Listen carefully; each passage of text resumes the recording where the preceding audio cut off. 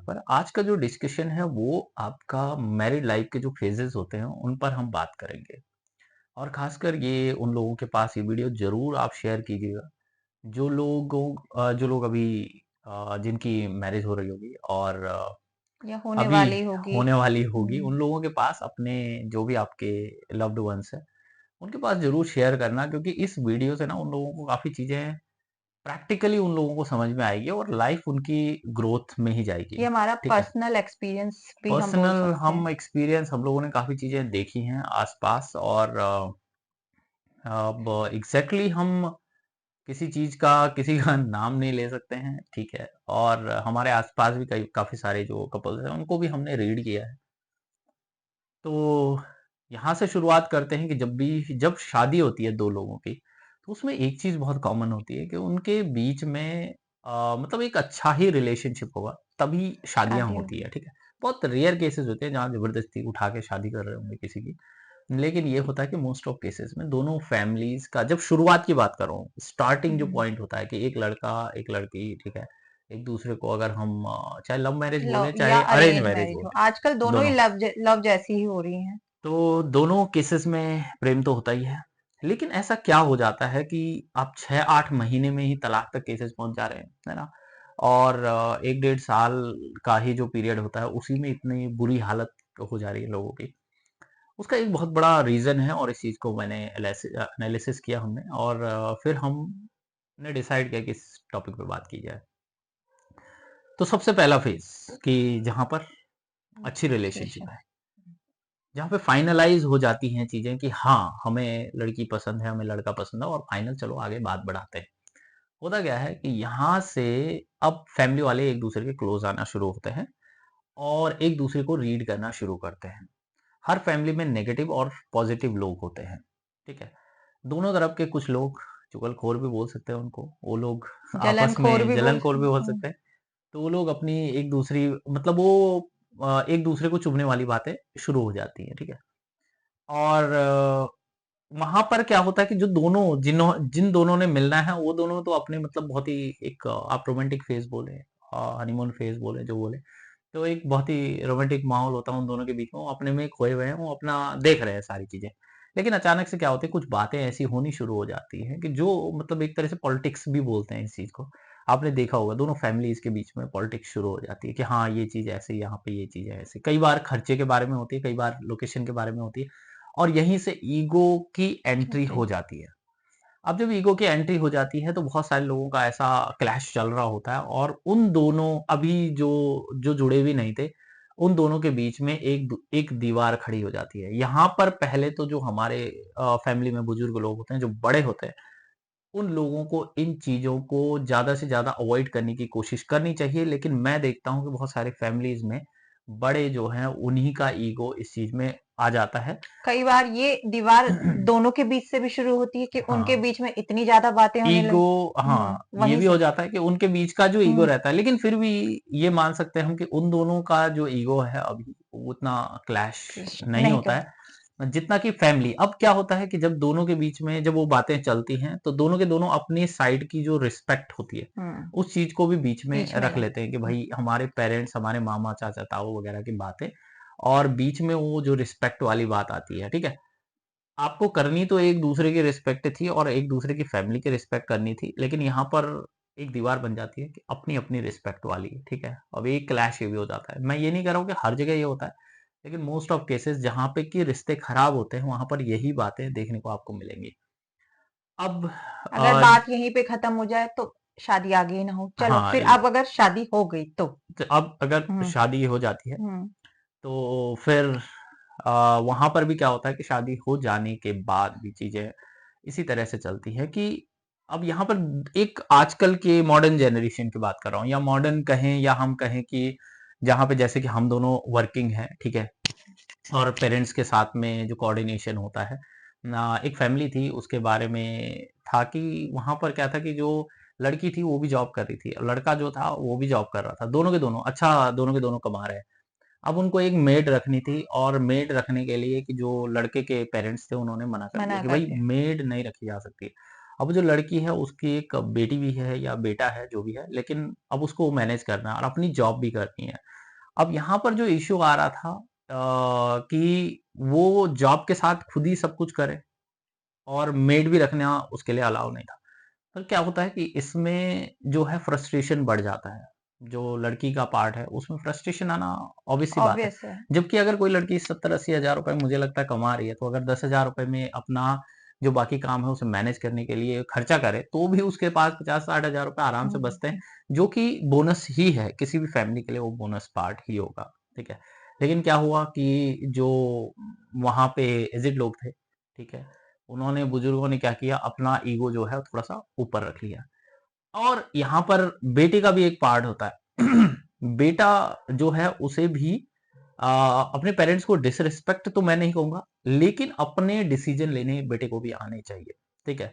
और यहाँ पर एक चीज और होती है कि मैं देखता हूँ कि कई बार पढ़ी लिखी जो लड़कियां हैं वो भी अपनी दिमाग का यूज नहीं करती है, वो कम्युनिकेशन नहीं कर करते। पाती। ठीक है, मान लो कि घर में कम्युनिकेशन स्ट्रांगली अगर आप कम्युनिकेशन करो, कम्युनिकेट करने की कोशिश करो, ठीक है, आप पढ़े लिखे हो, आपको स्ट्रांगली कम्युनिकेट करना आना चाहिए झगड़े की बजाय, ठीक है। हुँ, आप क्या करने, कम्युनिकेशन सीखे कि कैसे हमको डील करना है, ठीक है। क्योंकि अगर आप उसको झगड़े में तब्दील कर देंगे तो फिर वहां पे ईगो क्लैश ही आ जाता है, ठीक है।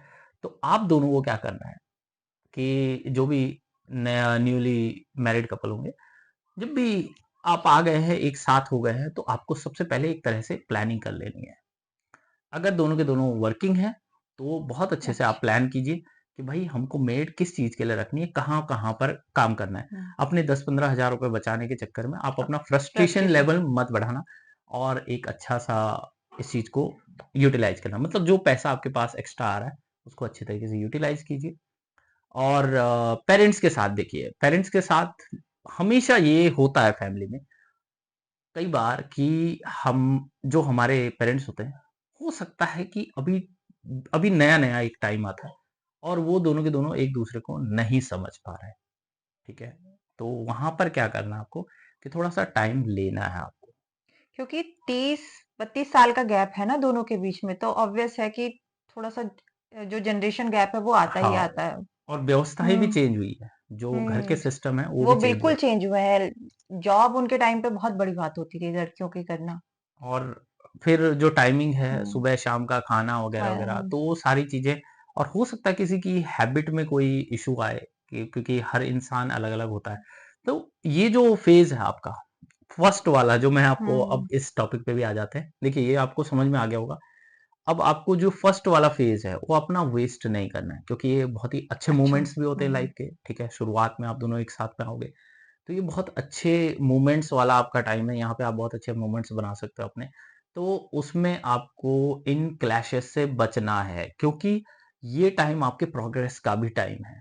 यहाँ पर आप बहुत सारी चीजें अपनी लाइफ में करोगे और बहुत अच्छे से आप प्रोग्रेस कर पाओगे, ठीक है। इन 5-6 साल में अगर आप दोनों के दोनों एनर्जी मिल जाओ, ठीक है, हस्बैंड वाइफ की जो एनर्जी है वो एक हुँ, साथ मिल जाती है, तो वो बहुत अच्छे से आप प्रोग्रेस कर पाओगे, और दोनों के दोनों आप एजुकेटेड हो, दोनों के दोनों आप कमा रहे हो, तो आप अच्छी प्लानिंग करके और अपनी हेल्थ में का भी आप लोग ध्यान ध्यान रख रखें। सकते हो, ठीक है।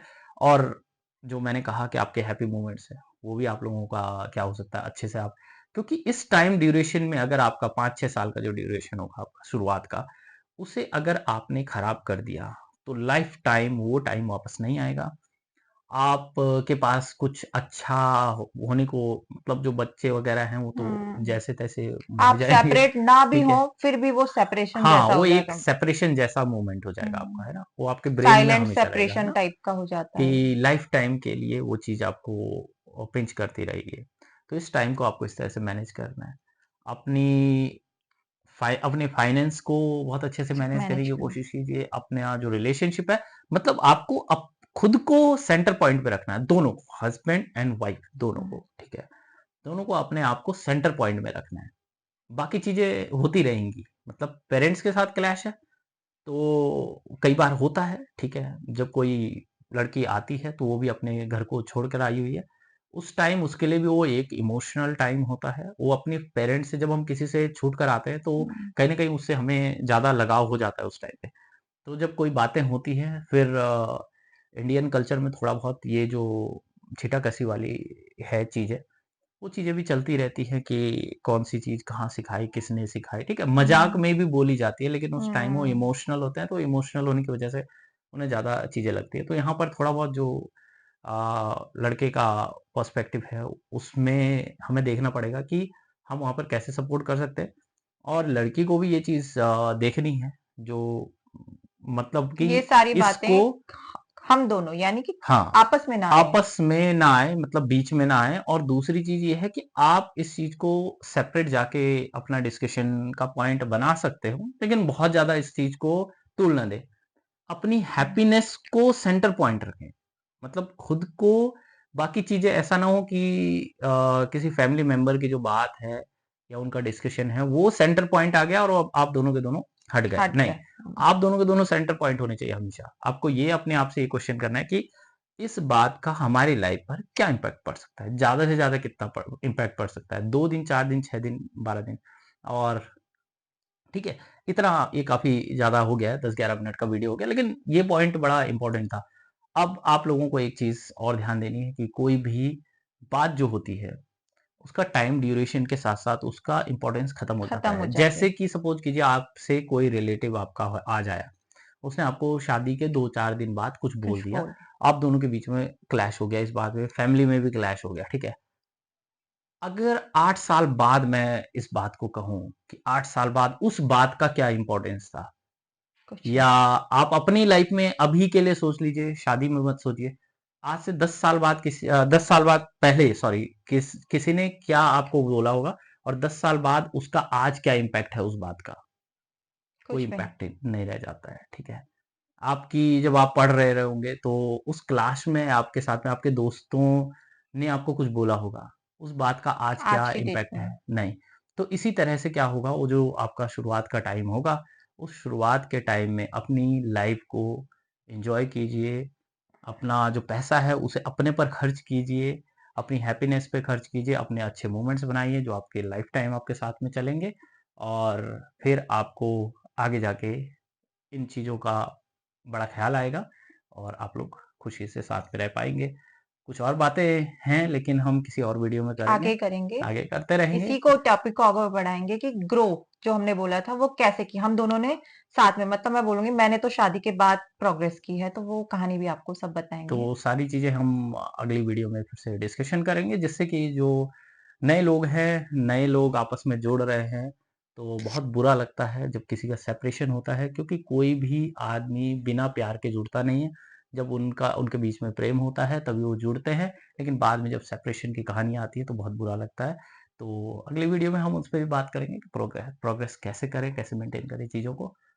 बट अभी के लिए आज के लिए इतना ही। तब तक के लिए गुड बाय, टेक केयर।